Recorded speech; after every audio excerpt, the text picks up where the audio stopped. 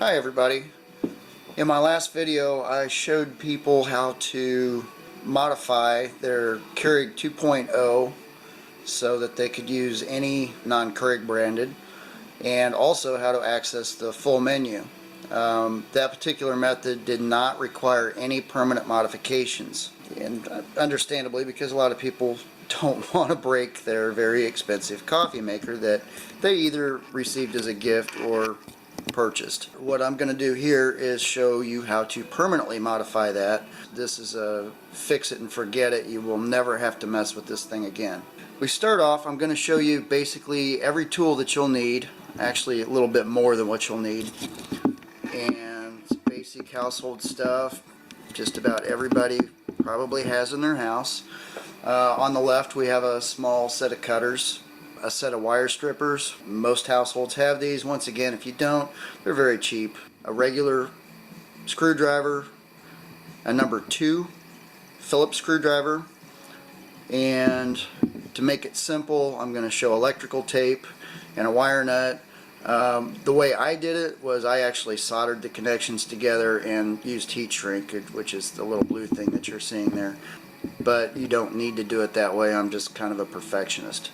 So anyway, let's get to it, and I'll show you how easy it is, first of all, to defeat the optical sensor that detects the original Keurig branded lid, the one that everybody's frustrated with, more so than the full menu. The full menu will be in the second part of the video, and that's a little bit more involved, but don't be frightened. It's still very, very easy.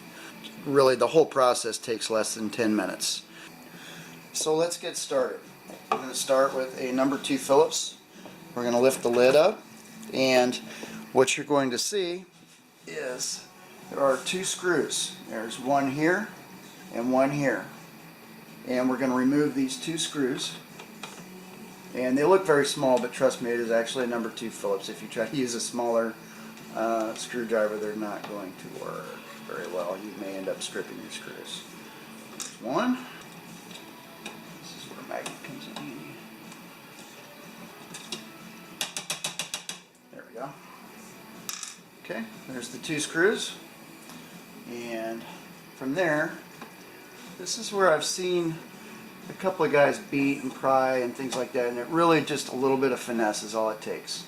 So here's how we do it. This is the procedure. Very simple.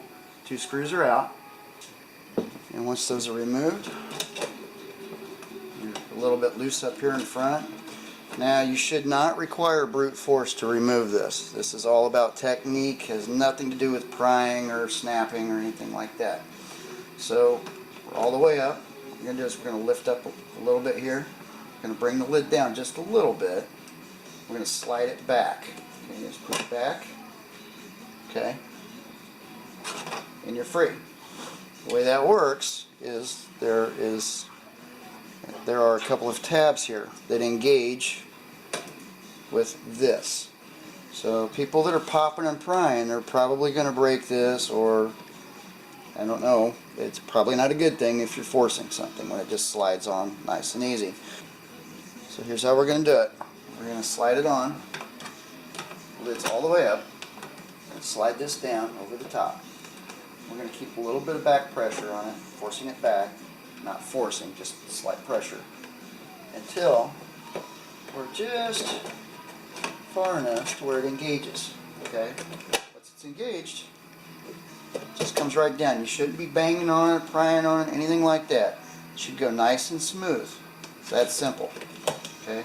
Once again, off.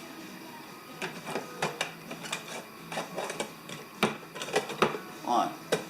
Okay? You're not banging on it. What we're going to see here is a bundle of small wires, and one of these wires is green, and it just happens to be segregated from the rest of the group.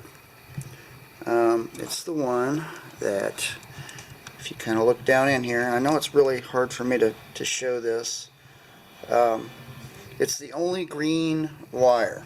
Okay, really simple. You take these little guys, this is why I love them, is because they get into tight little places and you don't get extra wires if you don't want. So if you can pull that green wire out, a little bit, separate him from the rest of the herd, and give him a little snip.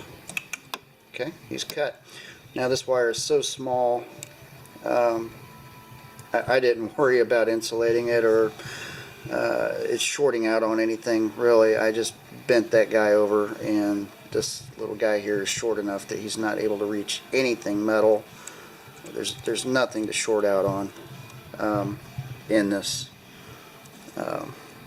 area. So, and once that's done, your little photo eye now is completely disabled. In other words, you can put any cup in here that you want. Okay? That's it. That's simple. So all we did was we removed 2 screws. We removed this lid. We cut the green wire. And then we put the lid back on. And you're good to go. That's simple. And that is relatively permanent because splicing this wire back again, while yeah, it could be done, it's going to be a pain in the butt because it's pretty tight access in there, and that is a little itty bitty wire with no extra slack. So make sure you're committed, and you do not want to ever go back to that. You may want to wait till your 1-year warranty's up. I don't know. Personally, I don't care. This thing breaks, it's going in the trash anyway. So there you have it. That's simple. Now we're going to move on to stage 2 because my battery is dying. So I'm going to switch batteries, and then I'll show you how to enable the full menu. And that's a little bit more involved, but not really. It's maybe 5 more minutes, maybe 10. So we'll get to that here right now.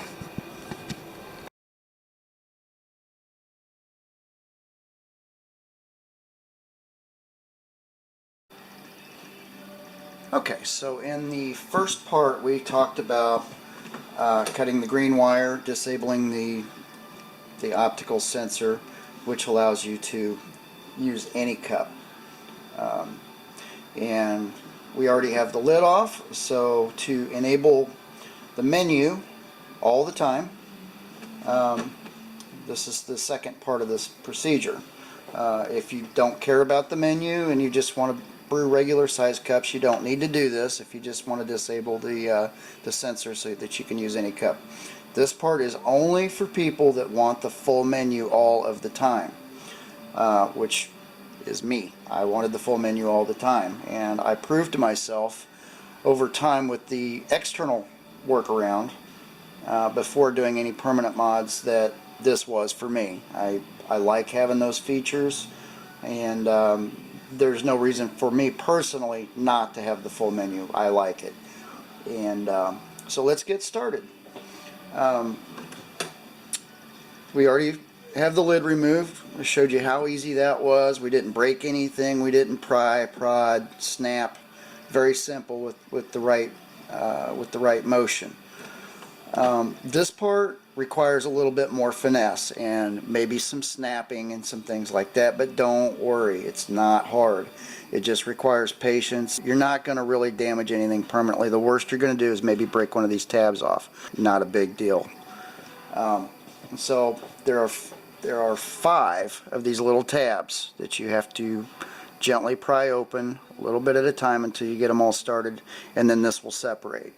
They're located here, here, here, here, and here.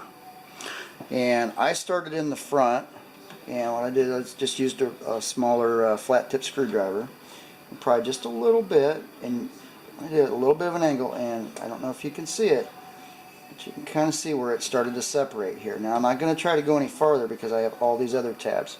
This one I broke already. So here I'm just going to do the same here, just enough, just barely enough to get it over. You don't pry any farther than that because they are brittle. And so now I have these 3 released. They are over the edge. You can see it's starting to break loose. See the crack? And we're going to come over here. Now we're going to give just a little bit there. I could hear it. It went over. You can see it's being held out. And very gently here. And there it went. Okay? Don't force it. They just break very easy. Now that we're separated, this is where you have to be a little adventurous. This requires a slight little pop. Alright, but don't worry because you're going to throw this thing away anyway. So once we have this separated, we're going to open this up. And this is where we still have to be a little careful. Okay, we're not Neanderthals here. We have to have a little finesse. So located down in here, this is where the reed switch is. Okay, some may call it a proximity switch or a sensor, whatever. What it is, it's actually a magnetic reed switch, and it's a very simple mechanism. There are two contacts. A magnet comes in proximity, it pulls the contacts together, and it completes the circuit, joining these two circuits together. And the reason I'm showing you this is because I have already done this procedure, so I'm showing you after the fact. And the only part where you had to really pry was this is located down in here. Okay, and it's kind of stuck down in there. You'll see that there are some elongated tabs, and those are, I don't know if I can, I'm going to try to show you. So we're going to separate here. And it's kind of hard to see, but there are a couple of rectangle shaped nubs that stick up, and it's kind of a press fit. Okay, so this kind of sits over that, and if I remember right, there may have been a metal clip or something, some sort of retainer that held that on, and the only way to get that off is with a little force. So what you're going to do is come in this angle and get underneath this thing, and you're going to work it until you pop this thing up. Okay. Yeah, I wish I could have shown that to you, but there just aren't enough hands. So anyway, you get this thing out. Okay, and it is connected to a couple of wires, which are here. Okay, so this was connected to this. Okay, so what we did was we took and we cut both of those wires off. We separated this. We used our strippers and very gently, carefully, we stripped the ends back maybe a quarter of an inch, maybe 3/8. And now it's up to you how you want to do this, what you have available, or your skill set. I prefer solder, so what I did was I twisted the wires and I soldered them, and then I put a piece of heat shrink over it and shrunk it down, and as it was still hot I pinched the end to make it completely watertight, and that way any of the steam or anything, if it does happen to get in there, it's not going to corrode or anything. I'm not really that concerned about it, but I'm kind of a perfectionist, so that's the way I did it. If you had a very small wire nut, that would work just as well.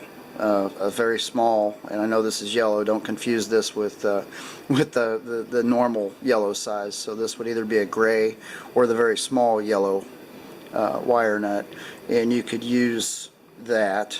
Another thing you could probably get away with is twisting those wires together and go to an automotive supply store or Harbor Freight or electronic supply, just about anywhere that you can buy heat shrink, and you can buy them in different sizes, different diameters, and the way that works is you cut it so it slips over, and you take a heat source. A lighter works just fine, just don't catch it on fire. You just need the heat, you don't want to burn it, and you'll see it shrinks down tight and makes a nice watertight seal. And if you're like me and don't mind pain, as it's still very hot on the end, you can pinch that down and seal that end while it's still hot, or dip your fingers in water before you do it and it won't hurt. And just twisting those with the heat shrink would probably work just fine. Like I said, I just soldered it because that's the way I roll. And that's pretty much it. Now that you've done that, you can take that wire. You don't need this guy anymore. Don't even think about putting him back, because you don't need it. You're going to tuck that wire down in that cavity, or just about anywhere in there really. There's room, but put it down in that cavity where that reed switch was, and you're going to snap it back down. Close it up, and if you're like me, or if you're better than me, you won't break that first tab off the first time. But like I said, I'm not going to lose any sleep over that one tab. Really not too worried about it. I'll never have to get into this again. You're pretty much done, right? Okay, so here you go. You got your green wires cut. You disabled your sensor.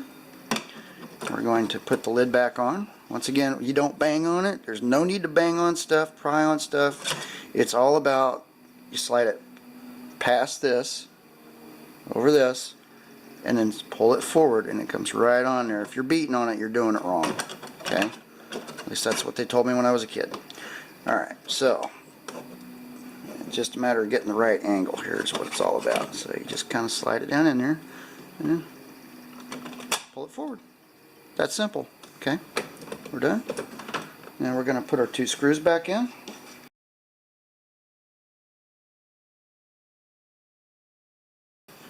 Alright, so there we are. It's back together. Put the water tank on.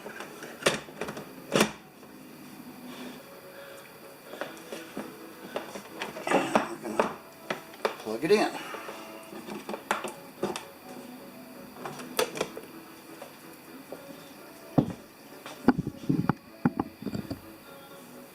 Let's turn it on.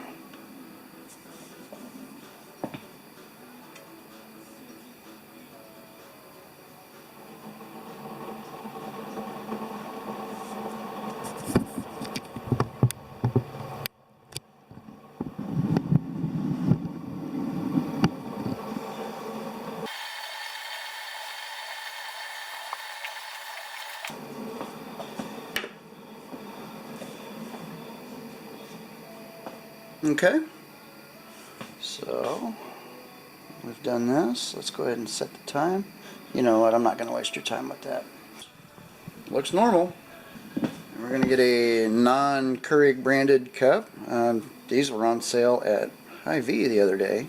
Very, very cheap. They were about, well, it was a Facebook ad, and I think they came out to about 12 cents a piece. So it was ridiculously cheap. I bought a lot of them, and it's good coffee. That's a little prop for Hy-Vee there, but no affiliation, but I thought I'd share that. If you haven't tried it, it's good stuff. And let's see what happens. Oh, looky there. Full menu. Very happy. And I'm ready for another cup of coffee. So let's go ahead and make a cup here. And we're going to go with number 2. And I want a 12 ounce. And let's go ahead and make it strong. So it'll take a little bit longer. Start it up. In case you didn't know the difference between strong and regular, it just brews slower with strong. So it gives it a little bit more time to soak through the coffee.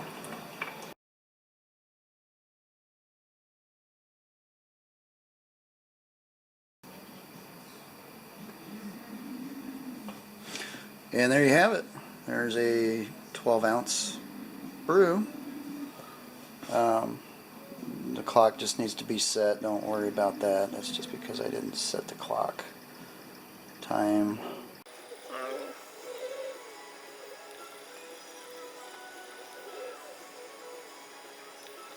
There we go. Alright, there you have it. There's my 12 ounce cup, brewed strong, and used a non-branded K-cup.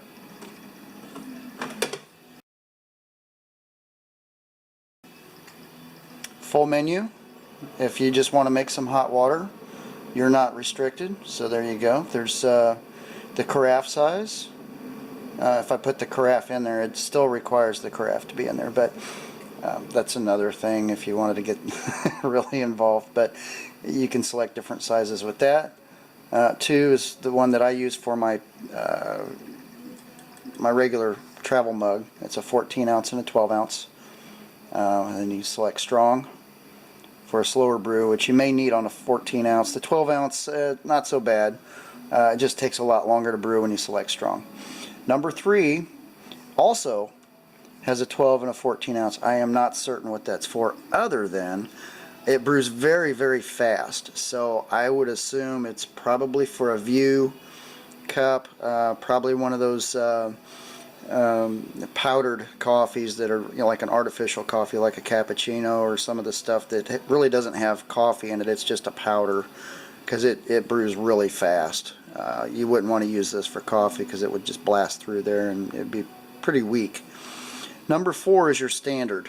That is your default. We'll say if you just had, if you only cut the wire, you only cut the green wire, and you did not do this part, this is what you would come up with, but it wouldn't have the number 4 on it. It would just be this, and you would have a selection of, oops, oh, went to favorites.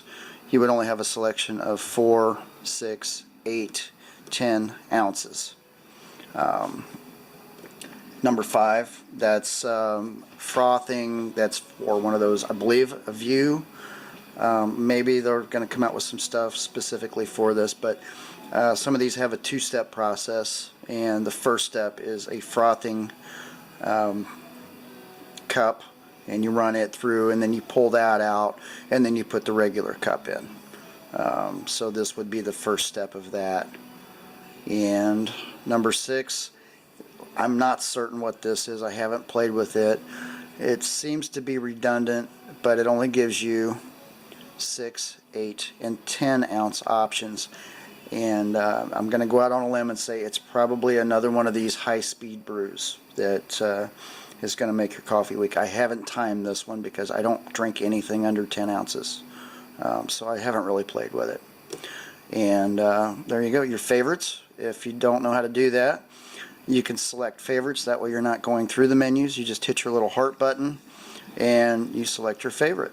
Okay, like when I'm going to work in the morning, I know that I'm just going to get a 12 ounce cup of coffee, and I want it fast. I want it now. I don't have it selected strong. Another one that I have is 12 ounce strong. Okay, maybe I had a little bit more time, like today, where I'm not working and I want a stronger cup and I'm not in such a hurry. And 3, I don't even think I've set that. That's just a high-speed thing that I set up because I was goofing around. I don't use that. If you're going to edit that, you're going to select which one you're going to edit. And let's just say, for the sake of argument, that I want it to be a normal 10 ounce cup. Say I just want, maybe a guest wants a small cup of coffee, and that would be this one. I'm going to confirm that, and why I was holding coffee up in front the whole time. So now the C is that just comes up. So it's that simple. So I put a cup in, and I select anything. Go to my favorites and C. I go to my favorites, A. Go to my favorites, B. Okay? Come out, back out. There you go. That's it. It's really quite simple. So I hope I answered any questions in the video. There may be a couple things I left out. Afterthoughts here was I know I talked about this, and possibly a better solution than this would be a little crimp connector. For those that don't solder or don't feel comfortable just twisting the wires and putting heat shrink over it. So maybe a small butt connector and put both wires into one end, and then just crimp the one end because they are small wires, and then you could seal the other end up somehow. Either that or just put heat shrink over the whole thing, tuck it down inside, you'd be done. That may be a really simple way also. If most guys I know have that kind of stuff laying around anyway, so and some gals too. So there you have it, and if you have any questions, don't be afraid to comment. Happy coffee drinking, I guess. I don't know. It's I can tell you that I enjoy this thing a lot more now that I've done this, and not worrying about the magnet falling off or my lid getting dirty and not working anymore or anything like that. It just works every time. So once you do this, it's just going to be it's going to be a better machine for you. Why they couldn't release it this way? They would have saved themselves money and made the public a lot happier if they just wouldn't have put this foolish proprietary stuff on here. And anyway, thanks for watching, and enjoy.